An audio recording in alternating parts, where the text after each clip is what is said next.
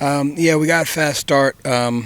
What we need to do is we had some missed opportunities throughout the game. And our whole philosophy here, Coach Sylvia's whole philosophy of all in the end stands for now, and it's about living in the now. And I relate it to a baseball season. I mean, there's 162 games in the baseball season, so some people sit there and say Game 7 isn't that important or Game 59 isn't that important, but Phillies and Milwaukee Brewers came down to one game that separated them making the playoffs or not. So play 6 is important in the game as the last play of the game.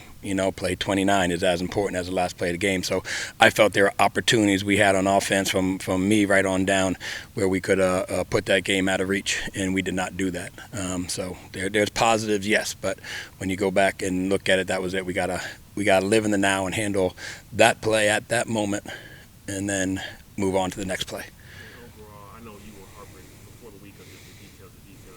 Did you feel that was an improvement from the previous week? I think there was steps to get closer to it, But Peyton Manning used to always talk about playing the perfect game and how you never do play the perfect game, but you continue taking steps to get closer to that. So there were improvements to it, but we got to do a much better job in that as every week moving forward. With Gabe, was there something you saw where he just kind of had that the ability to kind of show off his athleticism in a different way besides obviously just some sweeps and stuff with that the 2 pass attempts? No, we talked last week when we were standing here talk about I need to get the ball in guys' hands who can make things happen in open space, and I don't know if I mentioned names last week, trying to keep something quiet or something, you know what I mean? But, he was one of those guys that we got to do, put him in open space and get him the ball as many ways as possible. So some of those plays where he got it were designed for him, obviously, the reverse and the throw and that type of stuff. And other things, the progression just takes him there, and I thought he did a good job Saturday of paying attention to details, making plays, and doing a good job when the ball was in his hands.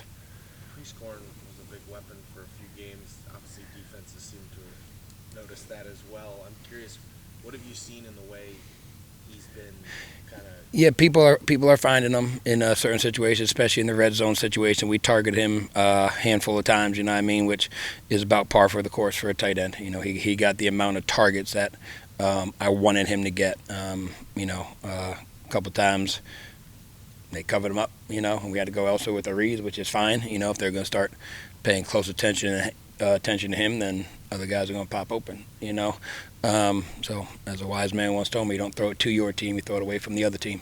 So that day, I think Seth did a good job of that. But Caden's a guy, a big part of the offense that we're going to continue to target and continue to find ways to move him around. We put him in the slot a couple times last week. We had him as a tight end. We'll move him around and allow him to be himself. I'm curious from like a game day production standpoint, or whatever you want to call it, especially like late in the game, when you're going into a drive, as the play caller, is Ryan Silverfield like in your ear before a drive, like, hey, I want to run the ball a bunch on this drive, No. or whatever, like, or do you have total autonomy? No, yeah, that's obviously if he ever did do that, he's the boss. But no, for what we're doing offensively, I'm making the calls and making decisions as to where we're going and where we are in the game in those situations. You guys have been pretty good in the red zone most of the year. What do you think broke down, especially late? Was it just like? Yeah, they did a little bit of a good job. And then there's times we start getting an offense coordinator talk where you want to be smart with the ball. You want to take as much time. We had a 2-3 possession lead at one point, so I'm going to take as much time off the clock as possible, see if I can get them to use some of their timeouts. There's sometimes a field goal takes you from a 2-possession to a 3-possession game, which it's not a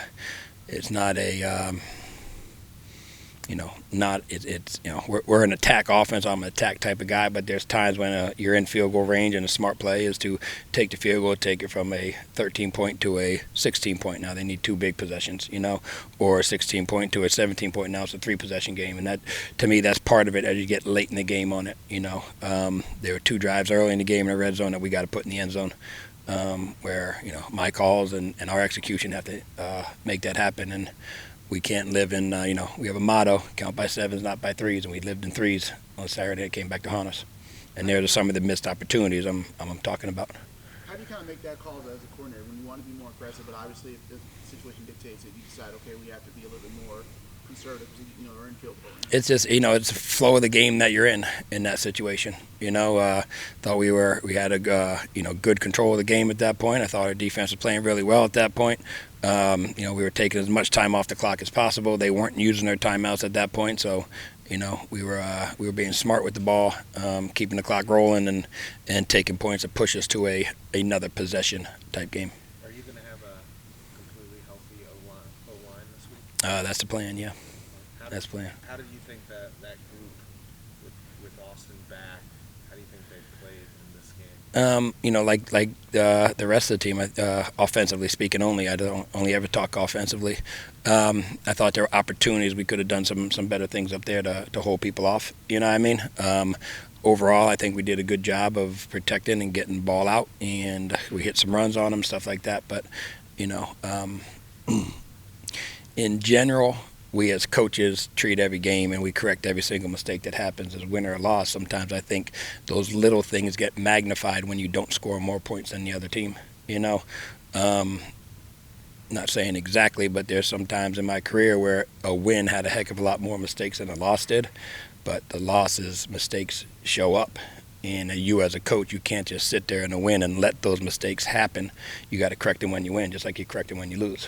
So that's kind of our philosophy when you get out of the media and you get off of the fan base and you get into, our locker room and our meeting rooms, is that the mistakes that happen in the previous 4 weeks are as big as mistakes that happen Saturday, and we got to be able to correct those mistakes on Tuesday, Wednesday, Thursday practice so that they don't happen down the road universally. Rodgers in the rounds. Those type of creative plays, how does that help open up the run game? Yeah, we're just trying to generate some offense off it and get guys guessing, you know what I mean?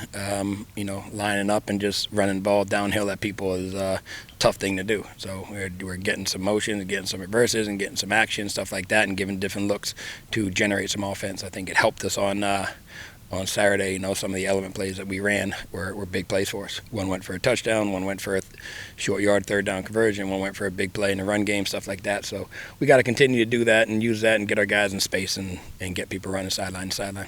You guys go into the game knowing that you may pull out, Ryan Glover for a couple of runs? Ryan always has his package. Ryan's always ready to go in. His package consists of some run, it consists of some throws, consists of some QB draws, consists of some straight handoff. He could go in and run the whole offense, but his package that we go in with is kind of 5-6 play package there. Everything's available. I know people right now are looking. He's gonna go in and run the ball, but we got no issues. I got no issue with him going in and making some throws. You know what I mean? He can do that. So his package is game specific as of what we see to maximize his skill set. No different than putting Gabe Rodgers in space or finding ways to get K in the ball. Ryan's a guy that his athletic ability. We can't just have him stand on the sideline and watch. We got to get him in the game and do some stuff.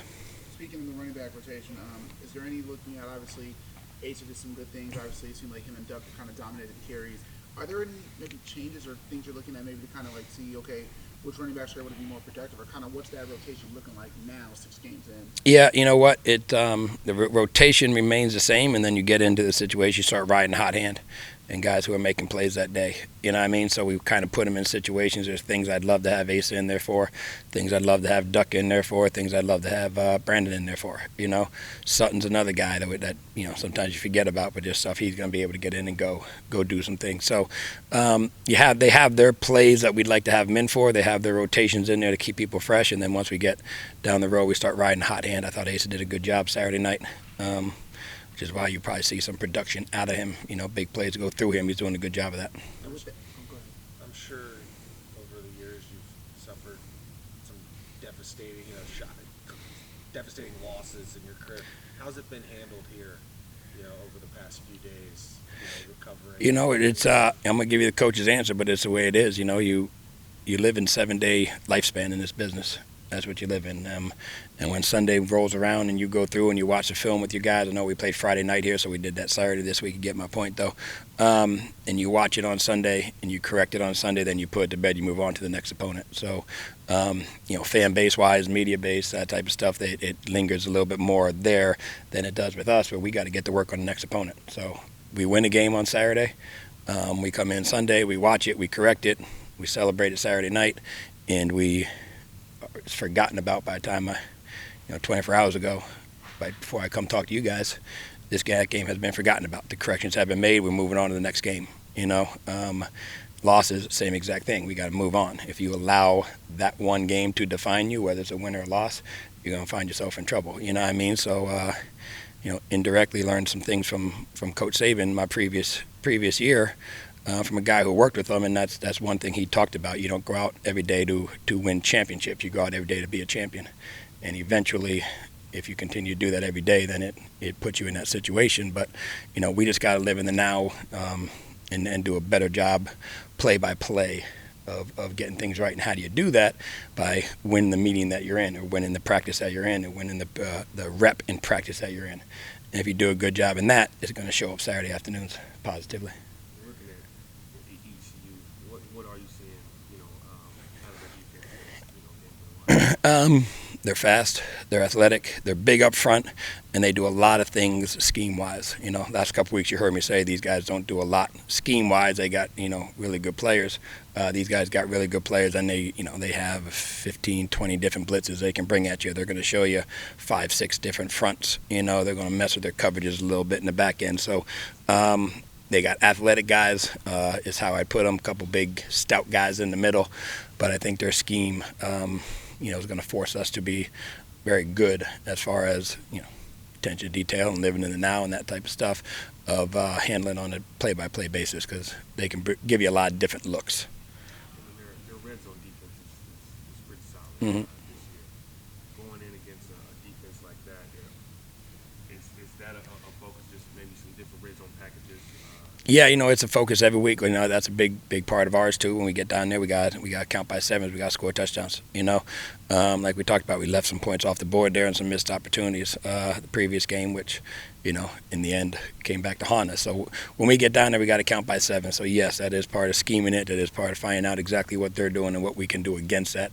And that's part of honestly last night and the rest of today as to us putting that game plan together for that situation on the field. Silverfield told us yesterday that before the season, you guys kind of go over situational football, close games, 2-minute drills and that stuff.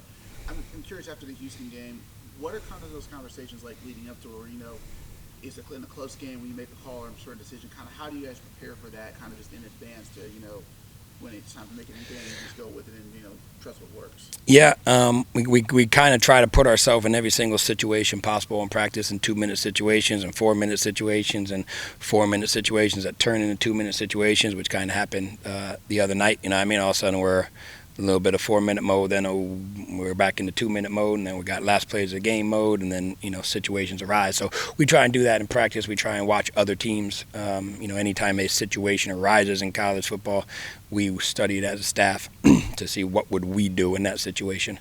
And ultimate reality football, situations are going to show up on Saturdays and Sundays at the next level that you had in practice or you weren't in, but you have a close situation that you've worked with and you know what you want to do in those situations. So that's leading up to it, let's say, for example, in the preseason or in training camp, how do you guys as a coaching staff discuss those things to where, you try to prepare, but just what are those conversations like? How do you guys bring those up? How do you discuss it?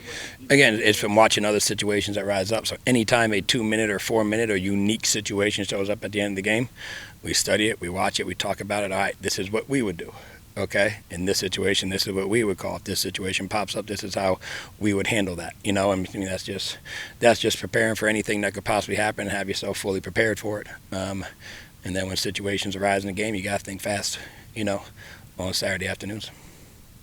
And then one more, sorry. With the running backs, actually, I'm fine. Good. I'm sorry, I lost my train of thought. Gotcha. Sorry. All right, boys.